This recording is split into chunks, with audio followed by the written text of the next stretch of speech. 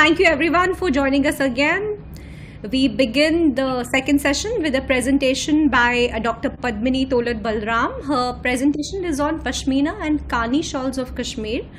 Uh, an illustrious figure, Dr. Balaram is a visiting professor at Shashi Creative Institute of Design. She was professor of design at Bharati, DJ Academy of Design, and has taught at NIT, NIFT, and CEPT University in India.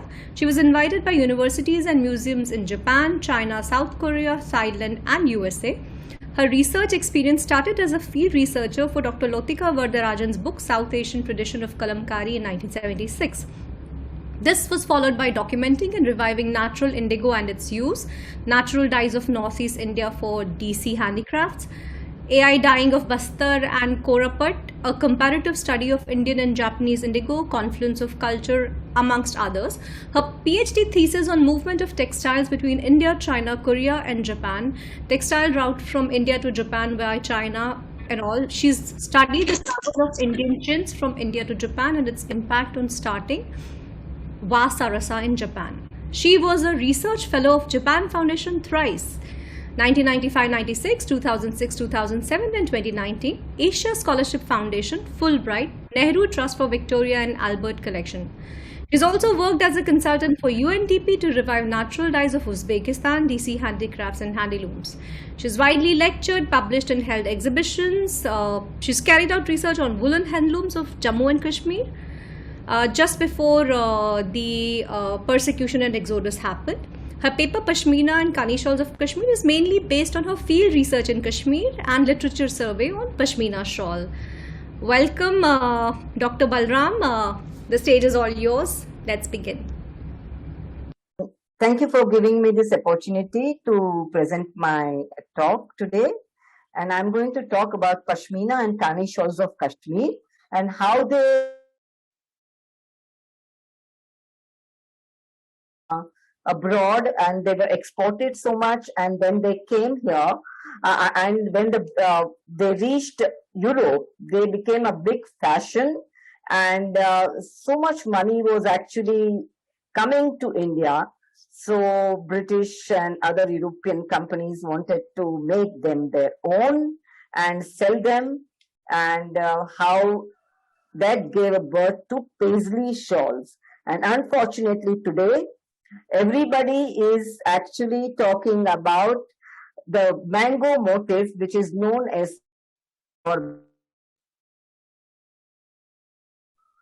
Kashmir, is called paisley motif by even Indians. Even today I saw one student talking about paisley motif.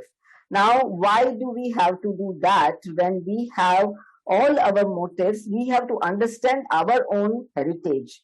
Now, I will show you the whole journey of that. And this is my next slide, where I'm trying to introduce this Pashmina and Shatu shawl of Kashmir. Srinivas ji, next slide. Next slide, please. And this is Pashmina and Shatu shawls of Kashmir were world famous. And they are the finest wool khadi of the world. Now, the Pashmina means gold, soft gold in Kashmiri, which makes us understand that Pashmina wool and shawls were considered highly valuable, just like gold. And there are several references of Kashmiri shawls starting from ancient period and their demand all over the world. Trade of Pashmina shawls of Kashmir during ancient times, shawls were traded to China and in the East and the Central Asian countries, as well as Europe and in the West.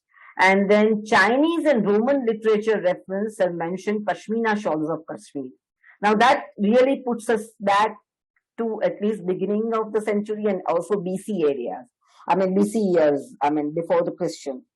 And then there is Emperor Napoleon Bonaparte, on his way back from his victory to Egypt and that side, from returning back from Egypt, bought a Kashmiri Pashmina shawl to his wife Josephine.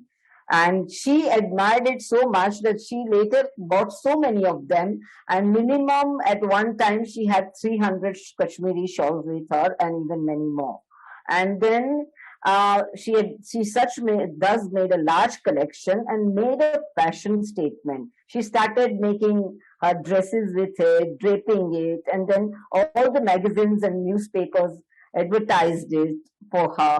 And then this how the whole France was kind of going crazy over Kashmiri shawls. This spread popularity of Kashmiri shawls in France and Europe, and which increased their demand. Now, Pashmina, what is Pashmina shawls? Pashmina wool comes from goats. Normally, the wool is given by the sheep. But then these Pashmina goat, and why they are very expensive shawls, and why they are expensive. Pashmina goat, the wool is not like all over the body of the goat. The underbelly wool, I mean, that is under the hair, there is a small fleece which is collected, and then that is kind of used for making Pashmina yarn. And there are two varieties of goats. One is Pashmina goat as well as Changthangi goats. Now, these Changthangi goats are in Ladakh near Changtang. That's why they are called Changthangi. Now, history of Pashmina in Kani. Sabha Parva of Mahabharata, 4th century BCE, where it is mentioned that King Yudhishthira had received Rankava woolen fabrics from King of Saka, who ruled Kashmir at that time.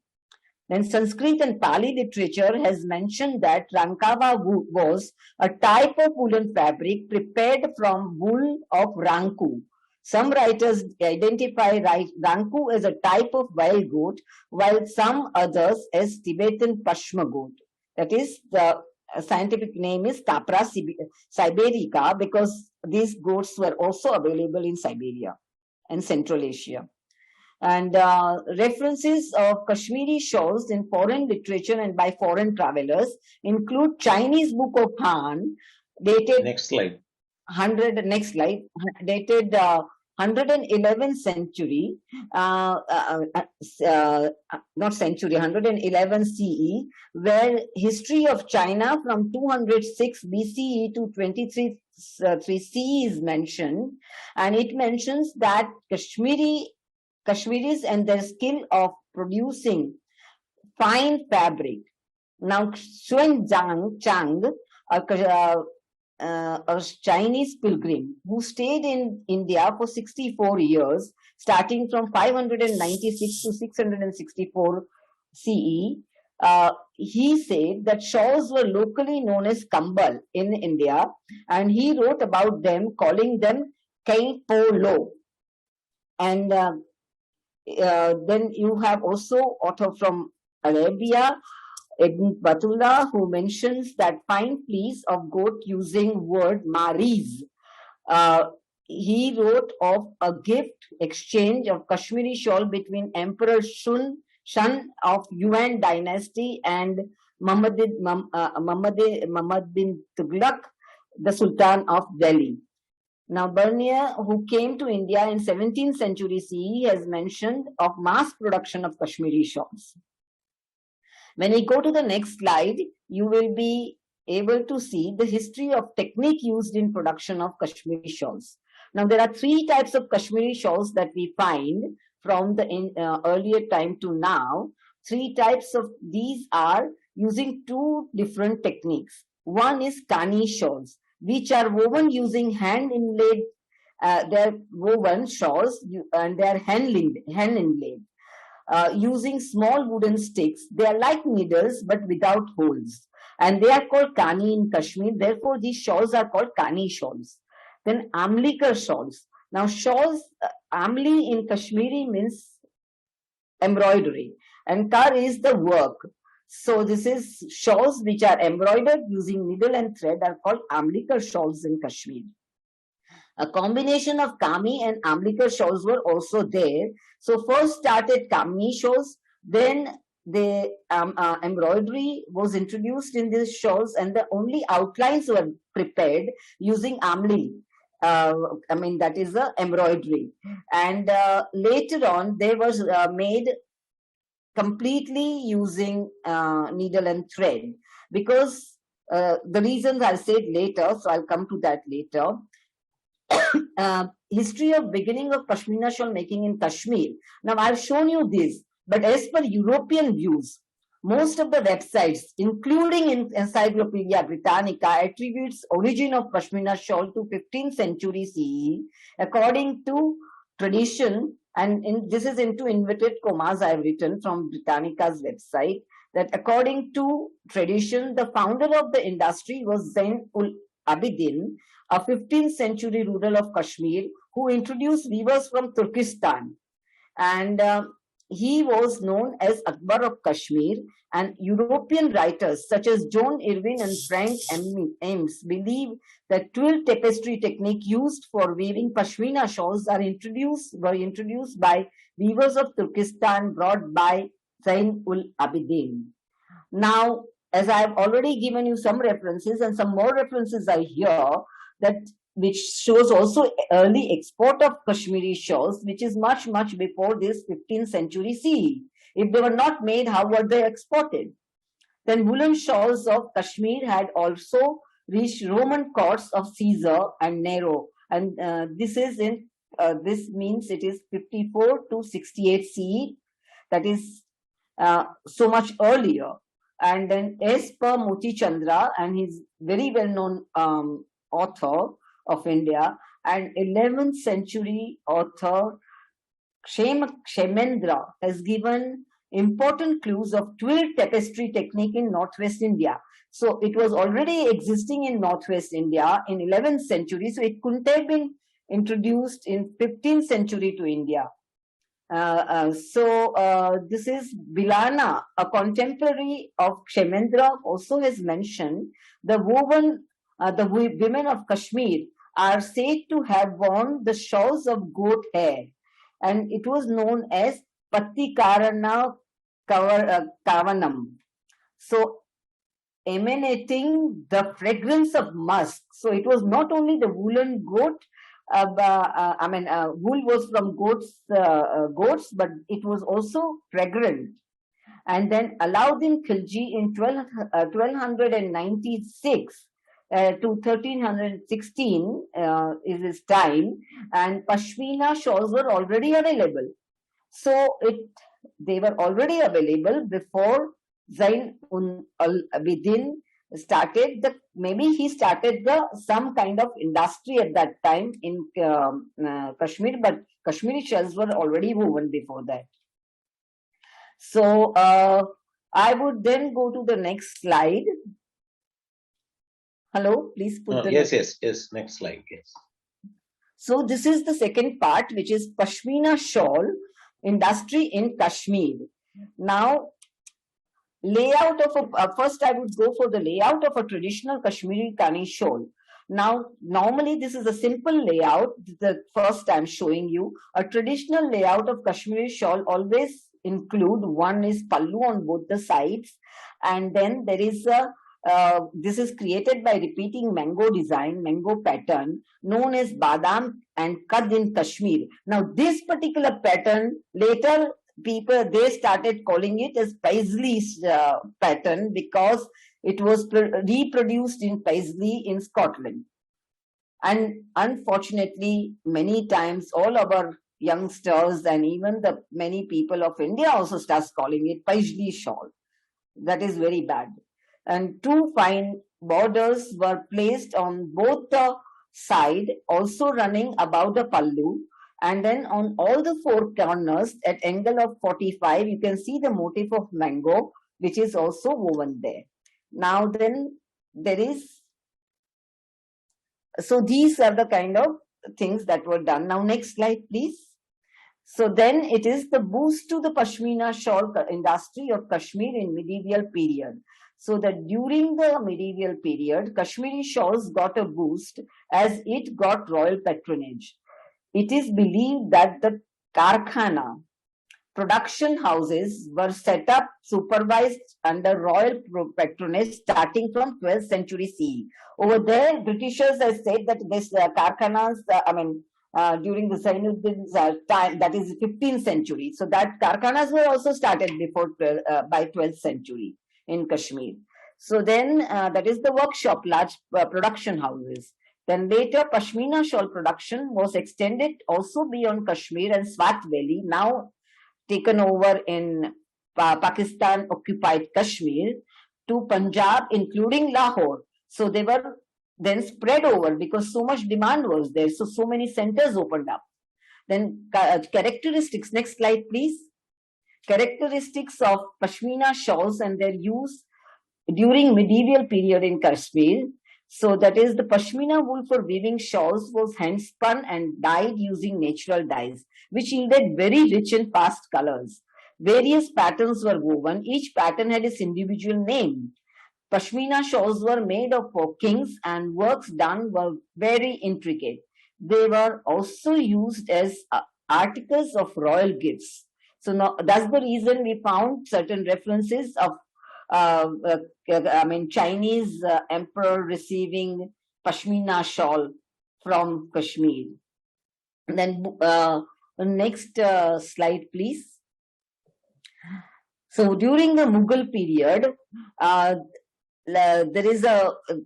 was a lot of there are different characteristics also came in. The Pashmina wool for weaving the shawls was handspun, and that I said. And then during the Mughal period, during the patronage, there was a lot of patronage given and supervision of Emperor Akbar and Jahangir, later on Jahangir, Shah Jahan, as well as Aurangzeb. The Kashmiri shawl industries, Pashmina shawl industries flourished. It flourished and new patterns were added. Akbar introduced dress materials used for making and stitching jama and choga. Now these fabrics are now known as jamawar.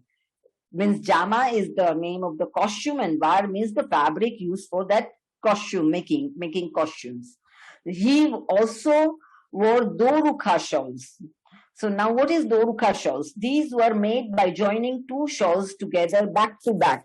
He also introduced mayan, which were used as stalls and waistbands, and the floral motifs to weave fup shawl. Now what is fup shawl? Fup shawl is where the pushpa, the word pushpa made into fup, and that is where the motif of flowers were introduced.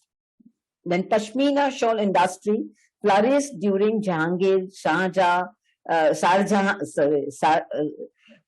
Jahan and Aurangzeb's period too. And then Emperor Muhammad Shah, 1720 to 48, bought one Pashmina shawl, one special motif Pashmina shawl. Every year one shawl she bought, and that specific with having specific floral butta. This shawl costed rupees 40,000 rupees in the first half of 18th century, where people can live with 3-4 rupees in a month. Then 18th century, and weavers named that butta pattern as Muhammad Shahi on his name. Then use of Kani shawls in Kashmir during various periods. Portrait of Sayyid Raju Qatal and a Mughal prince painted in Deccan school style depicts Kashmiri shawl draped by him, Golconda. This is from Golconda, 17th century CE. Then oil painting of canvas depicting an Indian painted by Anne-Louise Giraudet-Trizon in 1807 shows Indian wearing Kashmiri shawl having 6 rows of.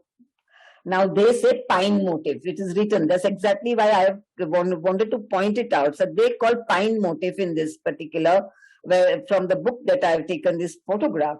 But it is not pine motif. It is mango motif. Afghan and Sikh period. After Mughal rulers, Afghans ruled Kashmir. They took keen interest in trading Kashmiri shawls. Sikhs took over Kashmir from Afghan rulers in 1819 and ruled over a few decades. Kashmiri shawl was a dress code of their court and also must in Sikh wedding ceremony. Miniature paintings of Sikh period show multi-purpose use of Kashmiri shawls. And you can see some photographs. This is choga On the right hand side, the dress, which is choga, and with Kashmiri, made with Kashmiri Pashmina, Jamawar, and then this is court of the king of the Sikh period, and they are both wearing Kashmiri shawl. And this is British Empire time. During the British Empire time, Kashmiri shawls made European markets Kashmiri shawls made for European markets started appearing. And unique figurative shawl woven in Kashmir having 200 human and animal figures is now there in abroad in a collection, and maybe it was woven to win European Expo competition circa in around 1885. And British, there is another this thing, the Kashmiri shawls from India were status symbol now they had become in Europe during 1800s, and few are as like rare examples. As woman example, over that which I showed you was a rare one, where there are 200 people, figures were taking part in drinking, smoking, dancing, and falconry in Indian princely scene that enlivened the shawls, borders, and 4 dark stripes. So these are kind of things that are kind of done, and the extraordinary woven shawl was probably made to dazzle the jury for European juries to get prize or whatever. Now the third part is Kani to Amlikar. Now how beginning of Kani to Amlikar shawls. Amli means, as I said, embroidery, and Kar means work. And then heavy, the reason of there are 2 reasons of Amlikar shawls starting, embroidery being introduced. One was heavy text was levied on Kani shawls by Afghan rulers. So they made, those maids made shawls very expensive. So then the market goes down. So to compensate, they started adding certain parts of embroidery to reduce the cost of weaving. So these was the second this thing, because embroidery was faster to do than the weaving with Kani, and it could be done anywhere. You didn't have to worry about the technology for that so much. So therefore, initially Kani shawls were made where outlines were embroidered, that reduced the number of Kani, and therefore became faster to produce. Now these are some of the other figurative shawls and all, and that also made possibilities of different kind of shawls coming up. Amlikar also gave more possibilities to create new designs and products using Pashmina.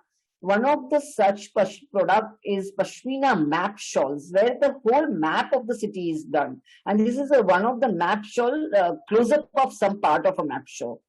Then export of Kashmiri shawls, India to Europe. Initially, like this is Napoleon's wife, Josephine. She is wearing Kashmiri shawl. She has made a dress, and she's also draping another Kashmiri shawl. And this is the border of that particular Kashmiri shawl. Which is close-up of it. And this is how like these were promoted. And now this is use of Kashmiri shawl by aristocrats. That led to aristocrats using these shawls. So they were all very willing to pay high price and buy these.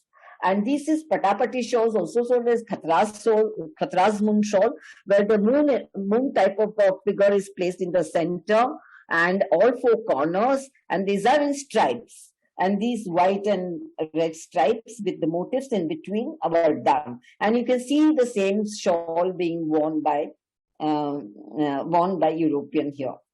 Then this is the fashion magazines showed how to wear Kashmiri shawls, and these are the magazines using illustrating in Europe the fashion magazines of 1809, 1811, and Padmini, are we coming closer to the winding up? I'll just quickly run through. Then handcrafted Kashmiri Pashmina shawls to machine-made Paisley shawls. And these are like beginning of machine-made paisley merino shawl. Now the difference was that Pashmina shawls were used for making. Pashmina wool was used for making Pashmina shawls. Now when they carried Britishers to carried Pashmina. Madam, please look into the computer camera. We are able to see only your side. We are not able to see your face. Okay, now is it okay? Yeah, but I don't know where you have the matter. The matter is probably not on the computer screen. So no. Please see there is a screen on beginning of machine-made paisley merino shawl. Please look into the computer. Please look into the computer camera. I am looking into computer straight away. But I am in. Okay, can you see me now? Okay. Hello. Please keep this view. Please keep this view. Yeah, okay. So then this is, you are on the wrong, another... Kotiji, please move to the next slide. Kotiji, could you please move to the next slide so that... Next, please. Next, please. Next, please. Another. Next, please. Yes. Next, please. Yes. Next one. Now I am right. Okay. So now this is due to the high demand, they wanted to produce it there. So they carried many Kashmiri weavers to Paisley, where there were shawls, mechanized lace making shawls, looms. So then it is so they started making designs there. They made them do designs there, and they started copying. They wanted to use Pashmina wool, so they carried 300 Pashmina goods also, but they all died there. So they could not kind of make Pashmina wool. Then they tried carrying Pashmina wool from here. But Pashmina wool being very fine, when they put it in the machine to spin it, because they didn't have that kind of skills which Indian craftsmen had to either weave or either spin this yarn, they all broke. So they started using muslin all over economy a lot, and they became very rich, of course. And then effect of Pashmina. So this is the effect of Pashmina shawls on Kashmiri on export. And then Kashmiri shawls in 1888 and 89, when I did my research in Kashmir and there was the first bomb blast started there at that time. I went to Kani village, and this is the Kashmiri, government center, and you can see the Kanis. These sticks are Kanis. You can see the black and white photograph of Kani, and this man is weaving with Kani. And there's multiple Kanis used. Next slide. And then, next slide, please, Srinivas ji. And then there is a talim. Please go, next. You can see Kani. And then next slide, please. Now we can see talim. Now what is this talim? This talim has so many, you can see so many figurative things. Each line of this talim, this is the page number 88 of this talim. These talims were made by the designers of Kashmir, and then they send out, the master weavers send out this particular thing. When a factory is there, karkhana is there, many weavers sit around and he sings, and all of them weave the same line. And then the singing will be something like 1 up and white color, 2 in pink, 3 in red. This is, I did the translation of it with his help, and this is how I categorized to show the differences. And then mango motifs, this is which they call keri kad, and then ek kad, this is du kad means do, say, char, panch, like that they were done. And this is below is the new design. Now next slide again. Then comparison between Kashmiri handmade Pashmina shawls to European machine-made copies of merino wools. Now here, this side, you can see Kashmiri shawl, which was very elongated. Later on, the elongated mango motifs started appearing, and this is in patka, woven in, and then later it was copied in, this is in Kashmir. This left side is the Kashmiri one, and the right side is woven in paisley. You can see the copies of it in Scotland. And then this is Kashmiri shawl. Now black and white is the paper design, and then the weaving, how it should be, color is filled to show how the color should be added. And this is done also in paisley. Then the next one is impact of European copies of Kashmiri shawls. And where they were copied in England, France, Germany, Italy, but they were sold as Kashmiri shawls. And this is what brought, and thank you very much. I hope I hurried up a little bit, but I hope it was okay. Thank you, Padmini ji. It was a very good topic. It was very valuable for the conference. But I have decided after your second presentation in our, I think third in our conferences, that I have to talk to Pranav and Saurabh, both your sons, to give you a training in technology, rehearsal. Technology. This is definitely your, actually, I would blame only them because of your age and all that. We can't expect more from you, but they have to take care. They probably have to train you in using technology better. Now, the way your face is looking to us, it was not there throughout the conference, throughout your presentation. Now you are able to see us. Now your entire bust image is looking at us, but that was not there. But those are technical issues. Those are, and also the way you use your technology, your scholarship, your amount of knowledge, your erudition, your field work, all this. How I wish it matches the technology used from your side. And now to the content. Are there any questions from the audience? Dimpleji, did you find any questions, any discussion? Not really, but I have had the good fortune of interacting with Padmini ji in the last few days, and what I understood from her, and she said that the reason she submitted her paper was to highlight the fact that if we are unaware of our own heritage, then we will end up accepting what others thrust on us. So, for example, if the almond motif or mango motif is ours, it is really sad and disheartening to see Indians refer to these as paisley and pine and all, and attempt very modern, when the fact, as you rightly said, that circulation that you said happens from north to south and east and west, and this is going from India to out, and then it's coming back to us regurgitated, and we are kind of accepting it. So I found that very interesting and insightful and thought-provoking. Yes, technology has been a challenge, but we'll see before the next conference. Whenever Padmini ji comes for the next Indica conference, we will make sure that she is a pro by that time.